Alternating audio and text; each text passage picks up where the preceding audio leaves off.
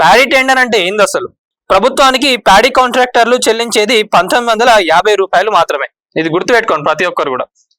ఇదే రేటు ఒక మిల్లర్ కి ఇప్పుడు మనం చూసుకున్నట్లయితే మిల్లర్ ఇదే రేటు డైరెక్ట్ ఇవ్వచ్చు, కానీ ఈ దళారుల మధ్యలో ఉండి ఏది ఈ మిల్లర్లు ఇచ్చేది 1950 రూపీస్. ఇది ప్రభుత్వానికి ఈ ప్యాడీ కాంట్రాక్టర్ ఈ దళారులు ఎవరైతే ఉన్నారో వీళ్ళు పే చేస్తారు.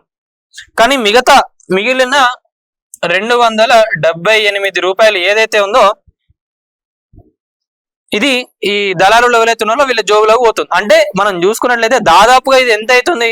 1100 కోట్ల రూపాయలు ఈ దళారులు ఎవరైతే ఉన్నారో ఇవన్నీ కూడా వీళ్ళ జోబులలోకి పోతున్నాయి. అంటే ఈ 278 రూపాయలు ఏదైతే ఉందో ఇదంతా కూడా ఈ రైస్ మిల్లర్ల దగ్గర అంతా కలుపుకుంటే ఇన్ని వేల కోట్లు అవుతున్నాయి.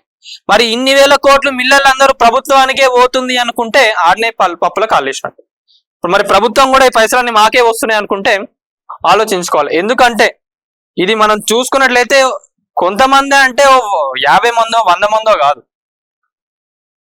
5 మంది, ఒక 5గురు దళారులు ఈ 1200 కోట్లు కొట్టేస్తున్నారు. అంటే ఆలోచించుకోండి ఎంత పెద్ద స్కామ్.